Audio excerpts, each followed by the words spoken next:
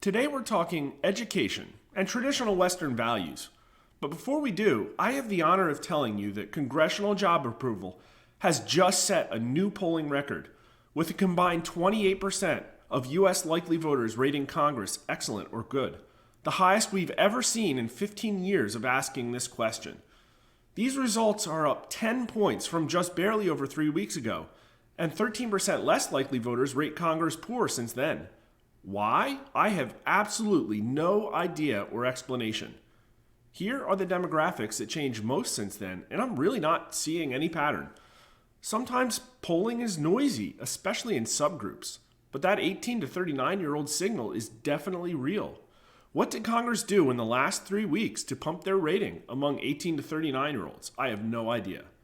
But now on with our topic. How important is it for schools to teach the traditional values of Western civilization?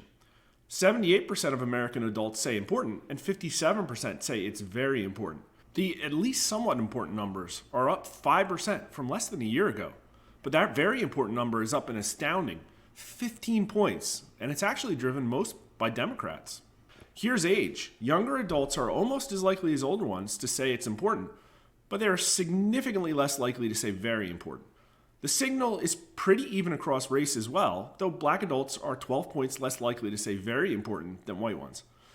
Independents are the standout among party, with Democrats polling in between Republicans and independents. Adults with incomes over $200,000 are quite a bit more likely to say teaching traditional Western values is important, and an astounding 72% of them say it's very important. That's about 20 points higher than everyone else. But hold that thought. Do most public schools do a good job teaching the traditional values of Western civilization? A plurality of American adults, 42%, say no, and 36% say yes.